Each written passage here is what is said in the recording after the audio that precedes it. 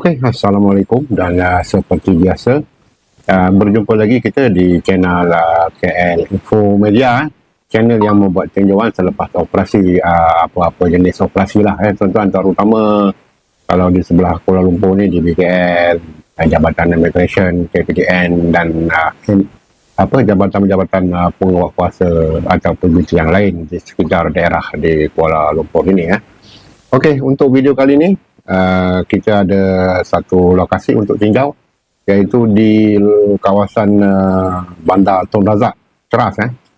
Lokasi ini sebelum ini selalu kita dengar ada operasi-operasi di sebelah sini oleh pihak di BKL, tapi saya tidak ada masa untuk meninjau di lokasi ini. Tapi kali ini kita ada masa.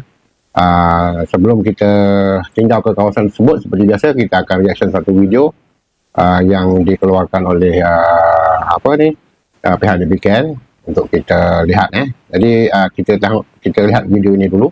Selepas itu kita akan menuju ke lokasi untuk kita tinjau situasi terkini di sana. Mari kita tengok dulu. Oh, banyak juga kedai-kedai kat sini kena roboh Kalau ikutkan dalam video ni, basah juga kawasannya tu. Dah siap simen dah kedai-kedai pun nampak pakai kanopi dan biasa-biasalah besi-besi ni dirobohkan dari BKL dan kemudian diangkut keluar Kita nak tengok lokasi yang dioperasikan di BKL ni dibersihkan sepenuhnya ataupun masih ada baki-baki kedai yang belum dirobohkan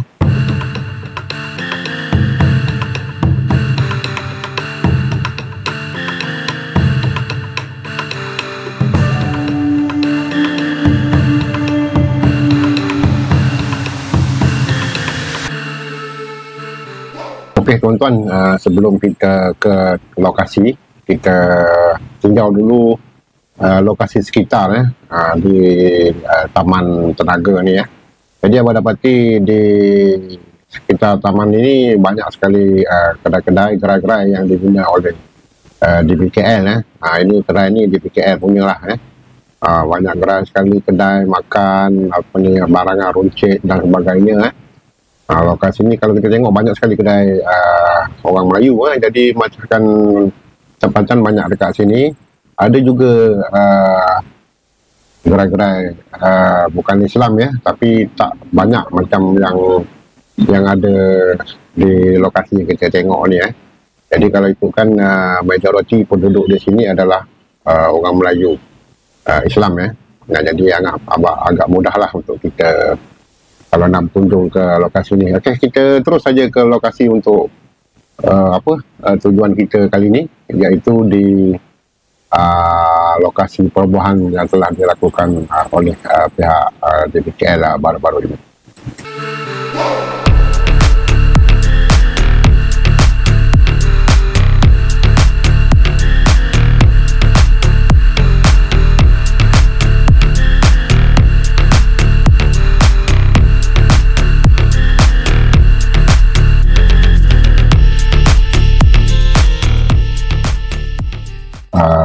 Kita telah pun berada di persimpangan dan kita akan memasuki ke lokasi yang telah dirobohkan oleh pihak DBKL. Tapi sepanjang jalan ni abang tengok masih banyak gerai-gerai yang dipacak tepi jalan Jadi kita sedang memperhati di yang mana satu gerai yang diroboh oleh pihak DBKL, tapi kita tengok banyak jugalah kedai di kiri kanan jalan ini sebelum sampai ke lokasi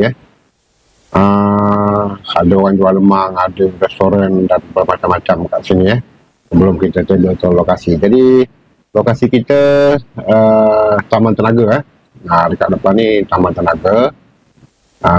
Lokasinya di sebelah kanan tuan-tuan. Ini adalah lokasi yang telah dirobohkan oleh pihak DBKL. Banyak kedai juga kalau ikutkan saiz yang telah dirobohkan oleh pihak DBKL tersebut Kita tinjau di sini sekejap dan kita akan ke sebelah belakang sana untuk kita tengok berhadapan. Okey, mari kita ke sebelah hadapan untuk kita tinjau sekali lagi.